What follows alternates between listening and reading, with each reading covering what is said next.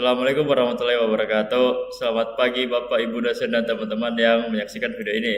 Perkenalkan, nama saya Asrisam Sapawi dari program studi Teknik Informatika Universitas Andayani Makassar. Pada kesempatan kali ini saya akan mendemonstrasikan penyelesaian ujian akhir semester mata kuliah pengolahan citra digital menggunakan MATLAB. Dalam video ini saya akan menjelaskan 4 materi dasar, yaitu operasi intensitas kecerahan citra, transformasi geometri, thresholding menggunakan metode Otsu, dan deteksi tepi menggunakan metode Sobel serta Kenny. Baik, tanpa berlama-lama, mari kita mulai dari soal yang pertama. Yang pertama, operasi intensitas kecerahan citra. Langkah pertama yang saya lakukan adalah membaca gambar menggunakan fungsi inbreed, kemudian mengubah gambar menjadi gray cell menggunakan fungsi RGB 2 gray agar proses pola citra menjadi lebih sederhana. Selanjutnya saya membuat 2 proses perubahan intensitas. Yang pertama adalah menambahkan nilai intensitas sebesar 100 sehingga gambar terlihat lebih terang. Sedangkan yang kedua, mengurangi nilai intensitas sebesar 100 sehingga gambar menjadi lebih gelap. Ketiga gambar tersebut saya tampilkan menggunakan subplot sehingga gambar asli yang lebih terang dan gambar yang lebih gelap dapat diberikan secara langsung.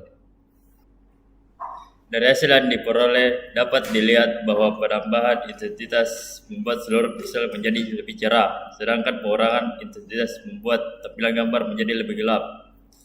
Kita masuk ke soal yang nomor 2, transformasi geometri dasar. Pada bagian ini saya melakukan rotasi gambar sebesar 30 derajat menggunakan fungsi imRotate.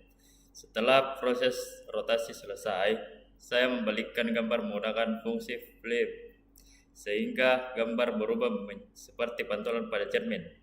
Apabila menggunakan fungsi flipwood, maka gambar akan dibalik secara vertikal atau dari atas ke bawah. Jadi dapat disimpulkan bahwa imRotate digunakan fungsi imRotate digunakan untuk memutar gambar sesuai sudut yang diinginkan, sedangkan flip dan flipwood digunakan untuk membalikkan posisi gambar secara horizontal maupun vertikal. Kita masuk ke soal nomor 3. Pada soal ketiga saya menggunakan gambar koin JPG. Pertama saya menggunakan gambar, kemudian mengubah menjadi gray cell apabila gambar masih berwarna. Selanjutnya, saya menggunakan fungsi gray fresh. Fungsi ini berfungsi untuk menentukan nilai ambang atau threshold secara otomatis menggunakan metode Otsu. Nilai threshold tersebut kemudian digunakan pada fungsi imbinarize sehingga gambar gray cell berubah menjadi gambar binar yang hanya terdiri dari warna hitam putih. Hasil akhirnya akan menunjukkan bahwa objek koin dapat dipisahkan dengan cukup jelas dan latar belakangnya. Teknik ini sangat membantu dalam proses segmentasi objek pada pengolahan citra digital.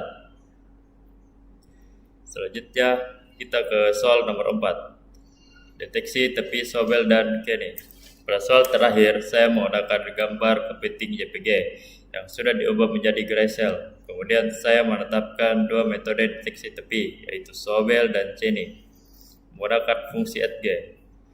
Hasil kedua metode tersebut saya tampilkan secara pendampingan agar lebih mudah dibandingkan. Menurut hasil yang saya peroleh, metode Kenny menghasilkan garis tepi yang lebih jelas, lebih tipis dan lengkap dibandingkan dengan metode Sobel. Hal ini membuat bentuk objek kepiting terlihat lebih detail. Sedangkan metode Sobel juga mampu mendeteksi tepi, tapi hasilnya masih terlihat lebih kasar dan beberapa bagian objek lebih terdeteksi secara maksimal. Oleh karena itu, menurut saya metode Kenny memberikan hasil yang lebih baik untuk gambar yang digunakan pada praktikum ini. Dan inilah hasilnya.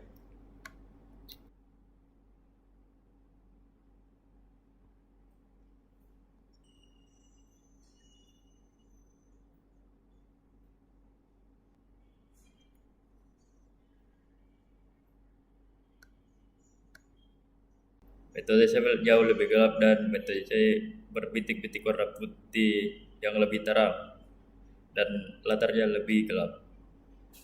Alhamdulillah, seluruh proses pengerjaan 4 soal pada praktikum pengolahan citra digital menggunakan MATLAB telah selesai. Saya demonstrasikan melalui praktikum ini, saya dapat memahami bagaimana melakukan pengolahan citra mulai dari mengatur tingkat kecerahan, melakukan transformasi geometri, memisahkan objek dengan metode Otsu, hingga mendeteksi tepi menggunakan metode Sobel dan Cheney.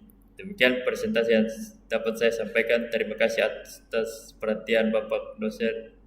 Mohon maaf apabila masih terdapat kekurangan dari dalam penyampaian maupun hasil yang saya tampilkan. Assalamualaikum warahmatullahi wabarakatuh.